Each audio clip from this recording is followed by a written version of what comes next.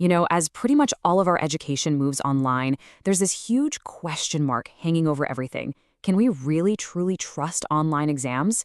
And the answer to that, it doesn't just impact students or universities. It actually challenges the very value of a digital degree, and that's a conversation we all need to be having. It sounds like such a simple question, doesn't it?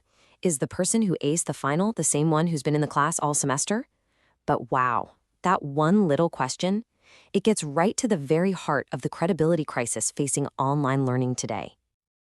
So, before we can even begin to talk about solutions, we've got to dig in and really understand the problem itself. Let's break down what the experts are calling the digital integrity crisis and find out why the stakes are probably a lot higher than you think. Yeah, forget just glancing at someone else's paper. Modern online cheating is, well, it's incredibly sophisticated. We're talking about everything from using AI to write entire papers to having a secret group chat going during a timed test. Basically, it's any action that messes with the authenticity of an exam. And believe me, people are coming up with new ways to do it all the time. Look, this is so much bigger than just catching a few students breaking the rules. For universities, stopping this is absolutely essential.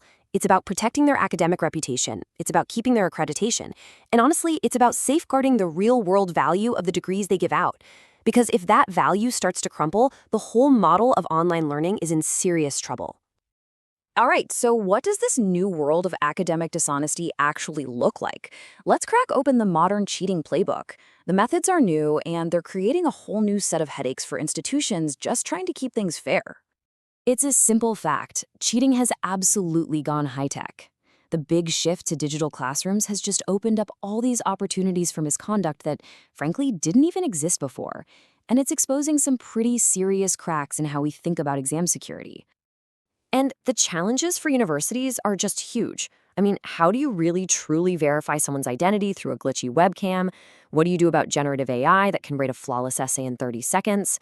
Even something as basic as a spotty internet connection can throw a wrench in the whole monitoring process. Without a really strong security setup and smart systems that can spot weird patterns, universities are fighting a serious uphill battle. Okay, so faced with this high-tech playbook, how on earth can institutions possibly respond? Well, the proposed solution is to build what you could call a digital fortress. Let's take a look at the technological framework designed to lock down the online exam environment. Now, the key thing to get here is that this isn't about one single tool. It's all about a layered defense. It kicks off with secure identity verification, right? Making sure the right person is taking the test. Then you lock down their browser and device so they can't just Google the answers.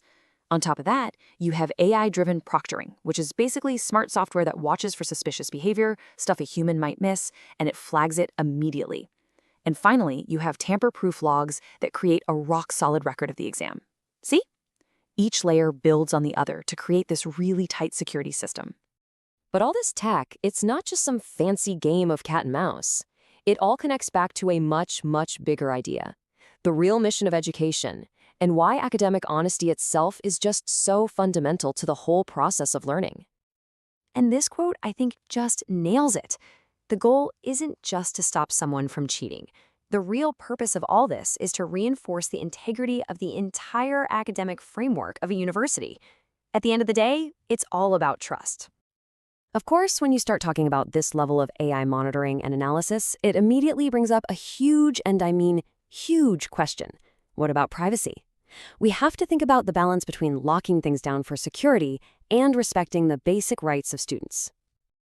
And that right there is the central tension, isn't it? On one hand, you've got this push for security using these powerful AI monitoring tools. But on the other hand, you have the non-negotiable need for student privacy.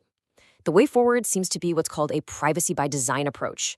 That means you build these systems from the ground up to only collect data that is absolutely necessary, to be totally transparent with students about what's happening, and to follow every single privacy rule to the letter.